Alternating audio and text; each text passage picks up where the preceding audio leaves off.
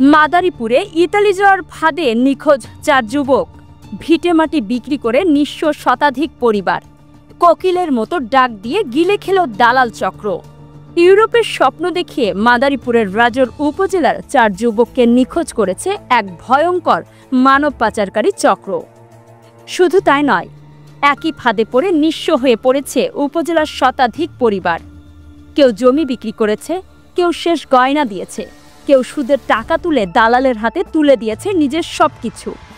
রাজৌরের হাসানকান্দি খানবাড়ির আব্দুর রাজ্জাক খান ছেলেকে ইউরোপ পাঠিয়ে পরিবারের সচ্ছলতা ফিরিয়ে আনতে চেয়েছিলেন।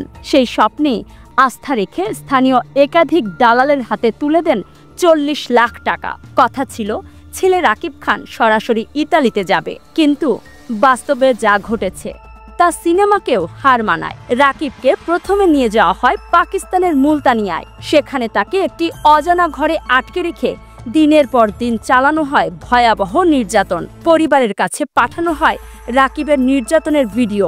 বারবার টাকা চাওয়া হয় মুক্তিপণ হিসেবে। আব্দুর রাজ্জাক খান ও তার স্ত্রী নিঃস্ব হয়ে একের পর এক কিস্তিতে টাকা দিতে বাধ্য হন। শেষ পর্যন্ত সব টাকা দেওয়ার পর ছেলেকে ফিরে পাননি তারা, বরং টাকা নেওয়ার পরই দালাল চক্র সব যোগাযোগ বন্ধ করে দেয়। রাকিব নিখোঁজ হওয়ার 1 বছর কেটে গেছে, আজও কোনো সন্ধান নেই। পাগল প্রায় হয়ে পড়েছেন তার বাবা মা।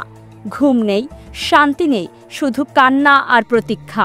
এই একই কৌশলে নিখোঁজ হয়েছেন আরও 3 যুবক। ভিন্ন পরিবার, ভিন্ন দালাল, কিন্তু একই পরিণতি। স্থানীয় সূত্রে জানা গেছে রাজৌর ও আশপাশের এলাকায় একটি সংঘবদ্ধ মানব পাচারকারী চক্র দীর্ঘদিন ধরে সক্রিয়। এদের সঙ্গে দেশের বিভিন্ন জেলার বড় চক্রগুলোর যোগাযোগ রয়েছে।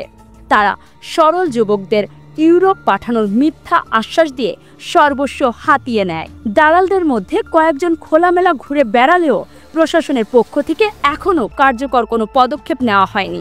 রাজৌর থানায় একাধিক জিডি ও লিখিত অভিযোগ জমা দিলেও তদন্তে গতি নেই বলে অভিযোগ ভুক্তভোগীদের। এদিকে পুরো এলাকায় আতঙ্ক ছড়িয়ে পড়েছে। পরিবার হারানোর যন্ত্রণায় কাঁপছে রাজৌরের গ্রামগুলো। কেউ কেউ এখনো বিশ্বাস করতে পারছে না একজন দালালের মিষ্টি কথার জালে এভাবে শেষ হয়ে যেতে পারে একটি গোটা পরিবার। সচেতন মহল বলছে, এই দালালদের গ্রেফতার করে আন্তর্জাতিক মানব পাচার চক্র ভেঙে না দিলে আরও অনেক রাকিব হারিয়ে যাবে, আরো অনেক মায়ের বুক শূন্য হবে।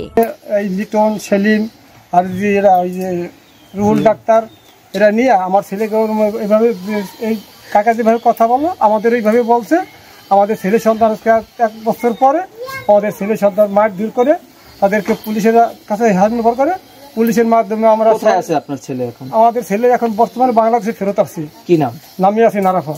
এদেরকে আমার 28 লাখ টাকা আছে, আমার ছেলে ফেরত এসে আমি সব ব্যাপারেই আমি ক্ষতিগ্রস্ত হয়ে গেছি।